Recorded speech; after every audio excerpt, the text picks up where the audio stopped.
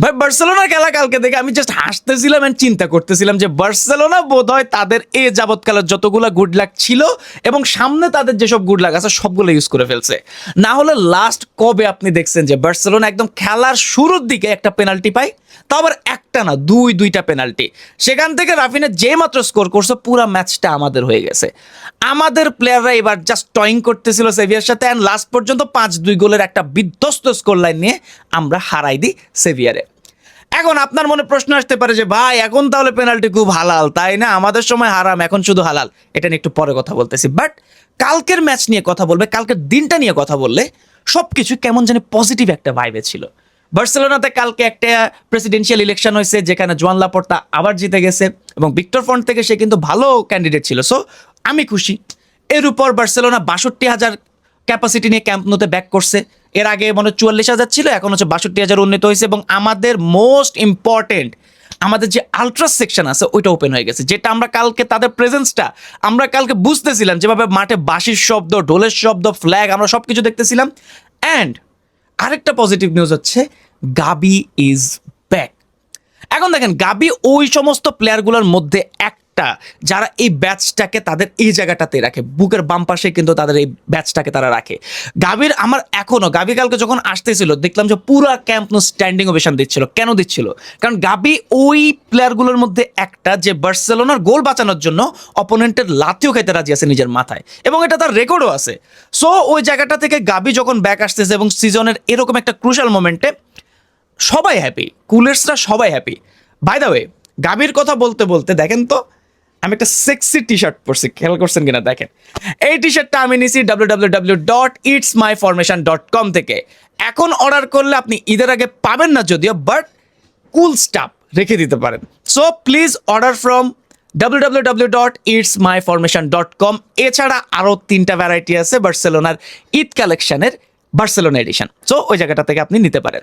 Back to the video. গাবি back করলো, Raphinha hat trick করলো, জ কানসেলো সেই ম্যান সিটির ক্যান্সেলোর মতো সে পারফর্ম কালকে করলো।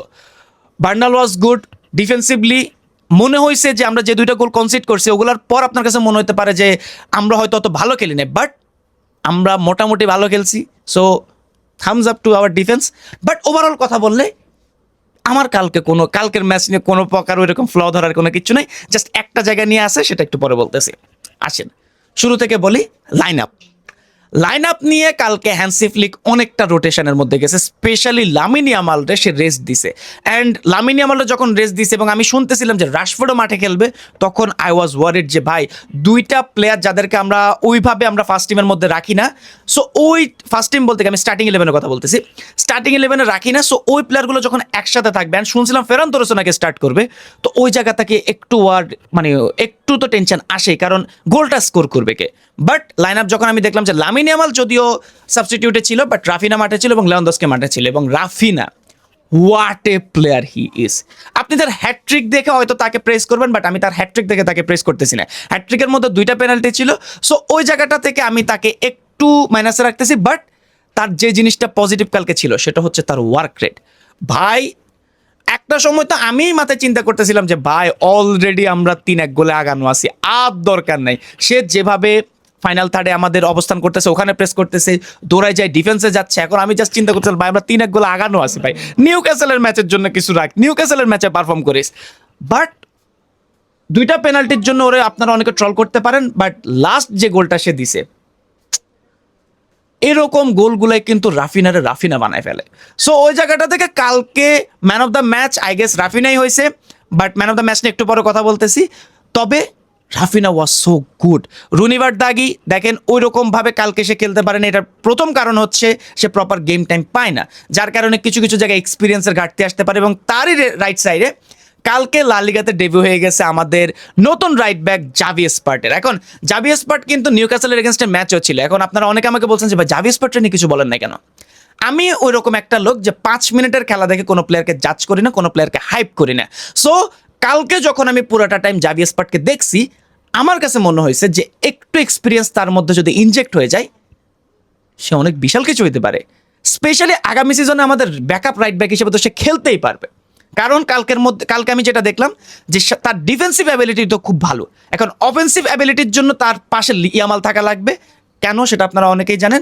রুনি ভার্দাগি ওইরকমভাবে কোঅর্ডিনেট করতে পারতেছিল না, but I guess Lamine Yamal খুব ভালোভাবে পারবে। সো আমার কাছে মনে হয় আরও কয়েকটা ম্যাচ দেখা উচিত, বাট ডিফেন্সিভলি যে তার ওয়ার্ক রেট অনেক ভালো, তার ইন্টারসেপশন অনেক ভালো, সেটা কালকের ম্যাচে আমরা দেখছিলাম। এবং তাকে কিন্তু অনেক ভালোভাবে কমপ্লিমেন্ট করতেছিল পাও কুবার্সি।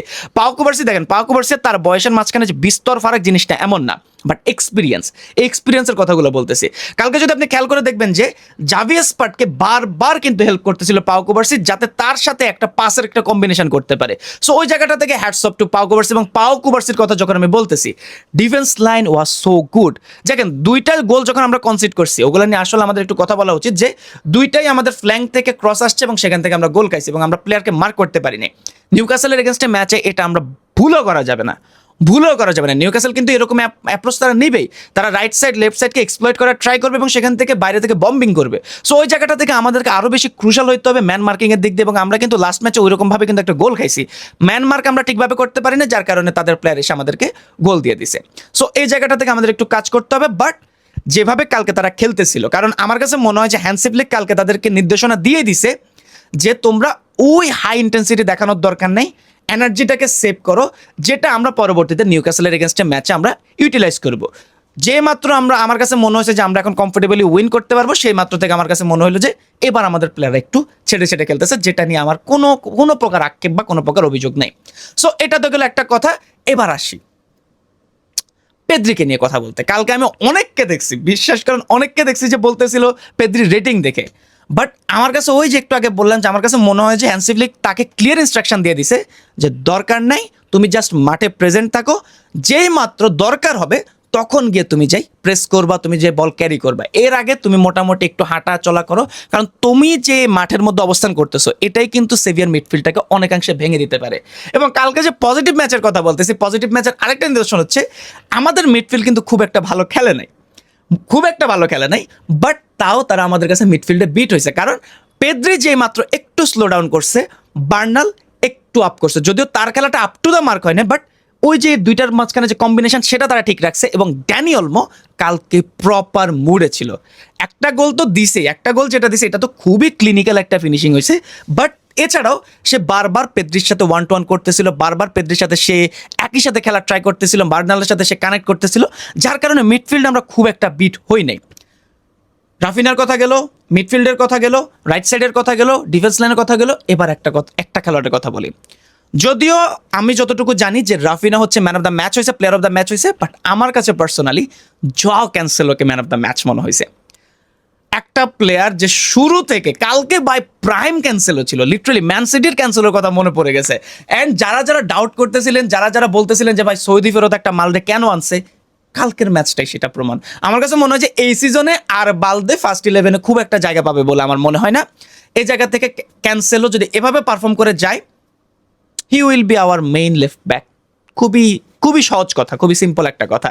এবং সে যদি হয় আমার অসুবিধা হওয়ার কথা না, কারণ কালকে অফেন্সিভলি সে যেভাবে খেলছে, ডিফেন্সিভলি একটু ব্লান্ডার করে, কারণ যখন একটা প্লেয়ার অফেন্সিভলি অনেক বেশি আগায় যাবে, ডিফেন্সিভলি তার সেটা ক্যাচ করতে অনেক বেশি কষ্ট হবে। এবং বালদের মতো তার কিন্তু সেরকম পেস নেই, বাট সে যেভাবে ড্রিবল করতেছিল আমার এখনো চোখে ভাসতেছে যে 11 মিনিটের মাথায়, আমি যদি ভুল না করে থাকি 11 মিনিট বা 19 মিনিটের মাথায় সে ড্রিবল করে প্লেয়ার মানে অপোনেন্টের যে ডিফেন্ডার আছে সে পুরো স্লাইড করে পড়েই গেছে।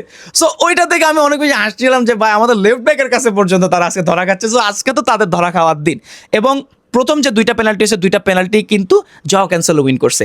এবার আসি জোয়াও ক্যান্সেলোর সে পেনাল্টিগুলো কি হালাল নাকি হারাম। আপনি যদি বিন্দু মাত্র ফুটবল বুঝেন, প্রথম পেনাল্টিটা নিয়ে আপনার কোনো প্রকার কোনো প্রশ্ন থাকার কথা না। সো প্রথম পেনাল্টিটা যে একেবারে হালাল, সেটা আমার মনে হয় না যে খুব একটা লোককে কথা বলা লাগবে। সেকেন্ড পেনাল্টি যেটা হ্যান্ডবলের কথা বলছে, বাট আপনি যদি খেয়াল করে দেখেন ওটা কিন্তু ন্যাচারাল পজিশন ছিল না। প্লেয়ার ওয়াজ ট্রাইং, যদিও সে হয়তো ইচ্ছা করতে করে না, বাট ওই পজিশনে সে চলে গেছে, যেটা বিএআর পরবর্তীতে পেনাল্টি দিয়ে দিছে। তো সো আমার কাছে মনে হয় যে ধরেন দুইটা পেনাল্টি হালাল। এখন একটা পেনাল্টি নিয়ে তো কোনো কোশ্চেনই নেই, দ্বিতীয় পেনাল্টি নিয়ে একটু হয়তো আপনি কোশ্চেন করতে পারেন, বাট সেই জায়গা থেকে আমাদের লাক কাজে দিছে। বললাম না যে অনেক বছর পর বার্সেলোনার যে গুড লাকটা আছে সেটা তারা কাজে লাগাই দিছে। সো ওই জায়গাটা থেকে পেনাল্টি নিয়ে আমার কাছে মনে হয় খুব একটা লোকের কোশ্চেন করা উচিত। এবং আমি দেখলাম যে বেশিরভাগ রাইভাল ফ্যান বা মাদ্রিদ ফ্যানরা যেটা বলতেছিল যে আমাদের ম্যাচে তোমরা পেনাল্টি নিয়ে হাউকাউ করো, এখন তোমাদের ম্যাচ নিয়ে কেন বলতেছো না। ভাই দেখেন, penalty is a part of game. এটা মাদ্রিদ পাইলেও পেনাল্টি, বার্সা পাইলেও পেনাল্টি, চেলসি পাইলেও পেনাল্টি, আর্সেনাল পাইলেও penalty. Penalty is penalty. So ওইটা নিয়ে খুব একটা তর্ক করার কিছু না। আর যারা করে তারা আসলে ফুটবলের খুব একটা কিছু বুঝে না, বুঝছেন? সো আপনার ওইটা নিয়ে এত হাইপার হওয়ার কিছু নাই।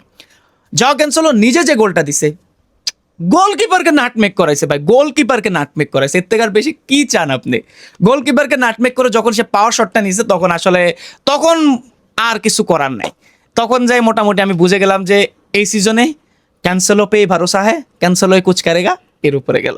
So overall match was good, একটা টিম বুস্ট আমরা পাইছি। Team boost in the sense নিউক্যাসলও কিন্তু চেলসির হারায় আসছে, এবং তারা যখন চেলসির হারাইছে আমার মনের ভিতরে একটা ভয় চলে আসছে। বাট আমাদের মাঠ স্পটিফাই ক্যাম্প নুতে 62,000 দর্শক ক্যাপাসিটি আমাদের ওপেন হয়ে গেছে, যেখানের মধ্যে 56,000 কালকে খেলা দেখছে, এবং আই হোপ নিউক্যাসলের এগেন্স্টে 62,000 খেলা দেখবে। আমাদের আলট্রাস থাকবে, গাভি ইজ ব্যাক, যদিও স্টার্ট করবে না হয়তো। লামিন ইয়ামাল আশা করি ফুললি ফিট আসবে। জোয়ান গার্সিয়া, তার নিয়ে খুব একটা কথা আমি বলি না, কারণ আমি বলছি যে এটা নিয়ে কত বলবো আমি। সো জোয়ান গার্সিয়া ভালো ফর্মে থাকবে, দেখা যাক নিউক্যাসলের এগেন্স্টে ম্যাচে 18 তারিখ আমরা কি করি, জাস্ট দেখার বিষয় আমার। সো আপনার কাছে কালকের খেলা কেমন লাগছে সেটা কমেন্ট করে জানাতে পারেন, এবং পরবর্তী ভিডিও পর্যন্ত সবাই ভালো থাকবেন, সুস্থ থাকবেন, সবাইকে আসসালামু আলাইকুম। আর অর্ডার করতে ভুলবেন না ফ্রম www.itsmyformation.com।